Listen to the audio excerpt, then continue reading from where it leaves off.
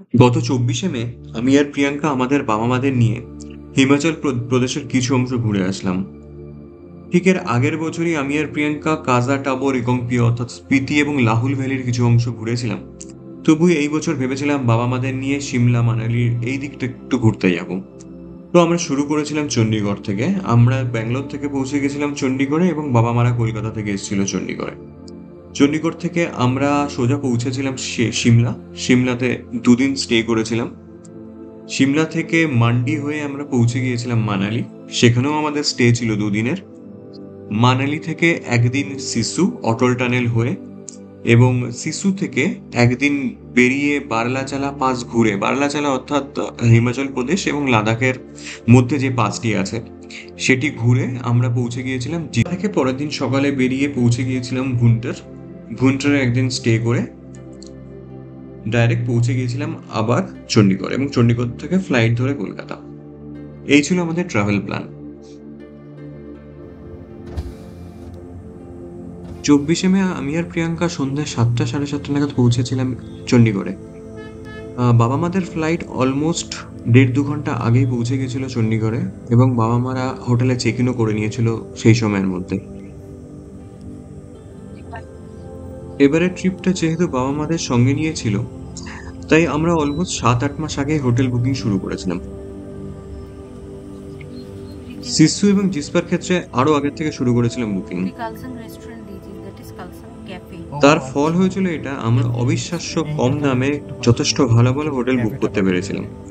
অনেক ক্ষেত্রে হয়তো হোটেলগুলির ওয়েবসাইটেও বুকিং শুরু হয়নি, তবুও আমরা তাদের সঙ্গে পার্সোনালি কন্ট্যাক্ট করে এনইএফটি বা ইউপিআই এর মাধ্যমে টাকা পেমেন্ট করে আমরা হোটেল বুক করে রেখেছিলাম। যাই হোক, সেদিনের প্ল্যান এই ছিল যে আমি আর প্রিয়াঙ্কা একটা চাইনিজ দোকান থেকে কিছু খাবার প্যাক করে হোটেলে পৌঁছাবো। তারপরে সবাই মিলে একসঙ্গে এক ঘরে ডিনারটা সারবো এবং পরের দিন সকাল সকাল বেরিয়ে যাব সিমলার উদ্দেশ্যে।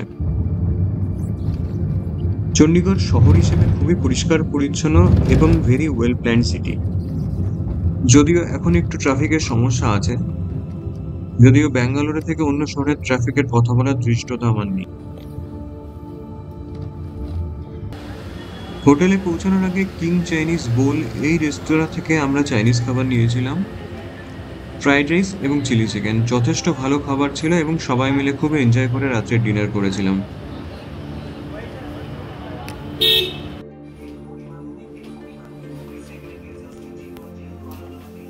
চণ্ডীগড়ে আমাদের হোটেল ছিল রিজেন্টা প্যালেস মোহালি। খুব সুন্দর হোটেল, এমপ্লয়িজদের ব্যবহার খুব সুন্দর, এক রাত থাকার জন্য যথেষ্ট ভালো হোটেল এবং আমাদের কোনো রকম কোনো অসুবিধা হয়নি।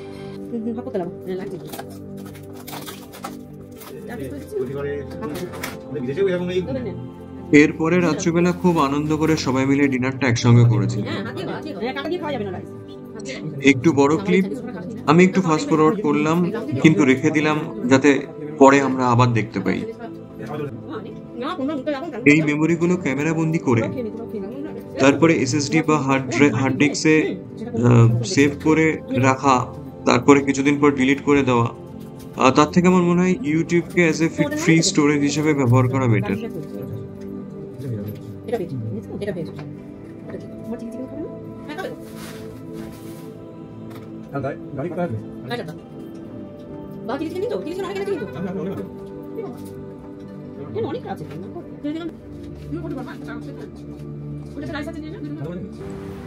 পরের দিন সকালে শুরু হলো আমাদের সিমলা যাত্রা। সবাই মিলে একসঙ্গে একটা টিটিতে করে গল্প করতে করতে যাওয়ার যে আনন্দ পেয়েছিলাম তা বলে বোঝাতে পারবো না।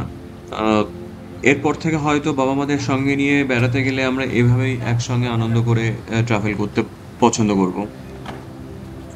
সেদিন যাত্রা শুরুর সময় ওয়েদারটা একটু মেঘলা ছিল, যদিও পরে তা কেটে যায় এবং আমাদের পুরো জার্নিতে আর কখনো কোনো অসুবিধা খুব একটা হয়নি। সিমলা পৌঁছাতে আমাদের সময় লেগেছিল অলমোস্ট ৪ ঘন্টা মতো।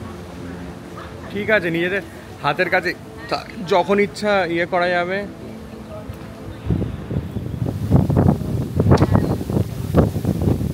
ঠিক আছে, ওইটুকু একটু ঠিক আছে। আর পুরো রাস্তা জুড়ে ছিল অঢেল আনন্দ, অনেক গল্প।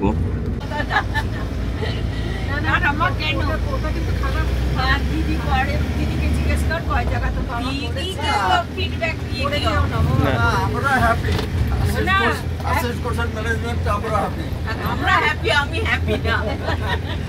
ও বাবার পিছনে আছে।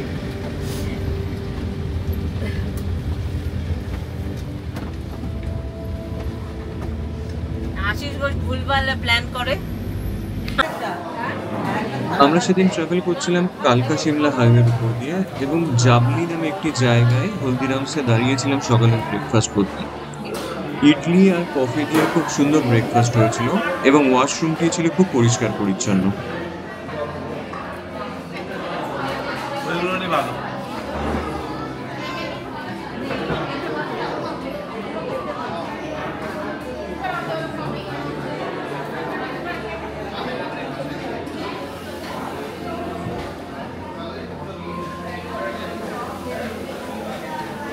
আর একটা চামচ আর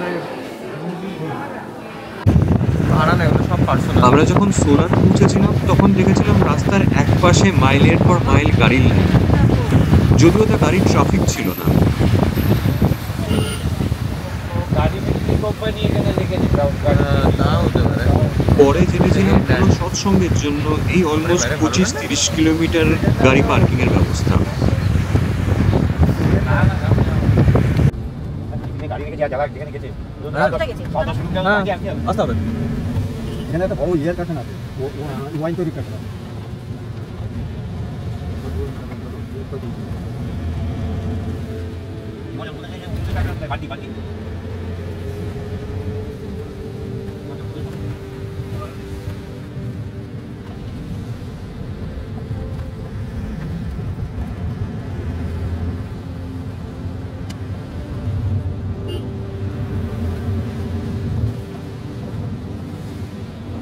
ওদের বৎসরিক একটা কনফারেন্স ইয়ে হয় বলে এক এক জায়গায় পিকনিক করা এবার। এইভাবে গল্প করতে করতে আমরা পৌঁছে গিয়েছিলাম সিমলা। আপনার ওখানে ইয়ে তো আছে ঝাড়গ্রাম, ওখানে গেছেন গিদনি তো আছে ইসলাম এবং আস্তে আস্তে মেঘ কেটে রোদ্দুরে দেখা দিয়েছিল।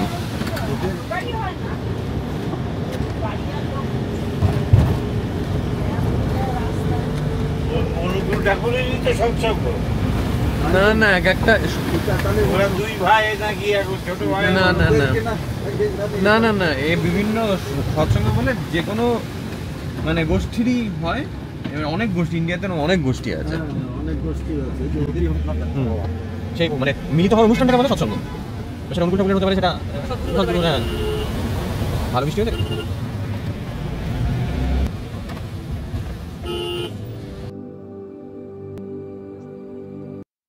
আমরা ছিলাম রিজেন্টা হিলটপে, দুর্দান্ত একটি হোটেল, পাহাড়ের মাথার উপর এবং 360 ডিগ্রি ভিউ পাওয়া যায় সিমলা শহরের এবং আশপাশের এই হোটেলটি থেকে। অলমোস্ট সবকটি হোটেলেই আমরা ডিনার ইনক্লুড করেই প্যাকেজ নিয়েছিলাম, যেহেতু জানতাম পাহাড়ি জায়গায় সবসময় হোটেল থেকে বেরিয়ে রাত্রে বাইরে খেতে যাওয়াটা ফিজিবল নাও হতে পারে। সেক্ষেত্রে খাবার ইনক্লুড করে নেওয়াতে খরচটা অনেকটাই কম পড়ে। খাবার বলতে ব্রেকফাস্ট এবং ডিনার, লাঞ্চ ইনক্লুড করিনি, কারণ জানতাম না কখন কোন দিন কোথায় দুপুরবেলা থাকবো। সেদিন হোটেলে পৌঁছানোর পর লাঞ্চ করে সবাই মিলে একটু রেস্ট নিয়ে আমরা গিয়েছিলাম সিমলা ম্যালে। ম্যাল অর্থাৎ দ্য রিচ, এবং সঙ্গে সিমলার বিখ্যাত চার্চ এবং বাঙালিদের জন্য সিমলার বিখ্যাত কালীবাড়ি তো আছেই। সেখানে দুর্দান্ত একটা সন্ধ্যা কাটালাম সবাই মিলে, গল্প করলাম, হাঁটলাম খানিকক্ষণ এবং তারপরে সন্ধ্যাবেলা ফিরে এসেছিলাম হোটেলে।